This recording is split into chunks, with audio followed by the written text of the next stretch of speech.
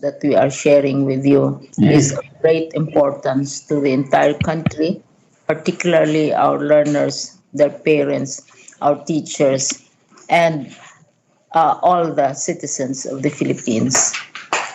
This is my statement.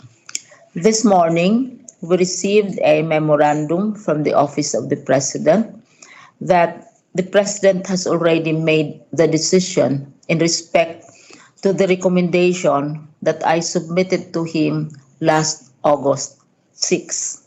Last August 6, I submitted to him a policy analysis of the implications of the imposition of modified enhanced community quarantine or MECQ in Metro Manila and in the provinces of Cavite, Bulacan, Laguna, and Rizal.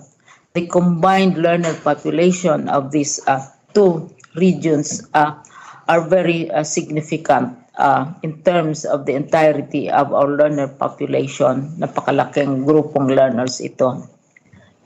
As per the memorandum of the President, he has given approval to the recommendation of DepEd, which, I repeat, we submitted last August 8.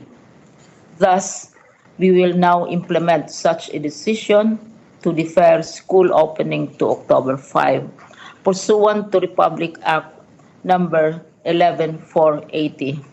It will be recalled that the law specifically states that the President can decide on the opening of school classes upon the recommendation of the Secretary of the Department of Education. Thus, we are going to use this deferment, which the President has decided upon, to provide relief to the logistical limitations faced by the areas placed under the MECQ. It's very large areas, and as I said, involves millions of learners. Region 4A alone has more than 4 million learners, and NCR has more than 2 million learners, as well as the other provinces have very significant learner populations as well. So we want to fill in the remaining gaps of the school opening by providing relief because of the logistical limitations to movement of teachers and also of our staff, and possibly of other individuals who are involved in the process of education. Kaya we recommended October 5 in recognition of the need to make these adjustments. Areas outside MECQ are directed by DepEd to continue their orientations, their dry runs. We already have conducted more than 500 dry runs, and the delivery of learning resources so that we will be ready for the opening of classes on October 5. Once more, we'd like to emphasize that when we open classes, there will be no face-to-face sessions. And sessions will not be limited to online sessions alone. This is because we have adopted a policy of blended learning wherein various modalities are being recommended depending on the situation at the level of the region and of the school. Thus, we are now finalizing arrangements for television programs, radio programs, and also our much favored modular systems and printed material, plus, of course, many other modalities. So it's not limited to online, because we know also that there are limitations to online, as mentioned by the President in his State of the Nation address. We trust in the DepEd that this is the final adjustment of the school opening. Even with the implementation of MECQ, we will use this time to make the necessary adjustments and ensure that all preparations have been made for the successful opening of classes for school year 2020 and 2021.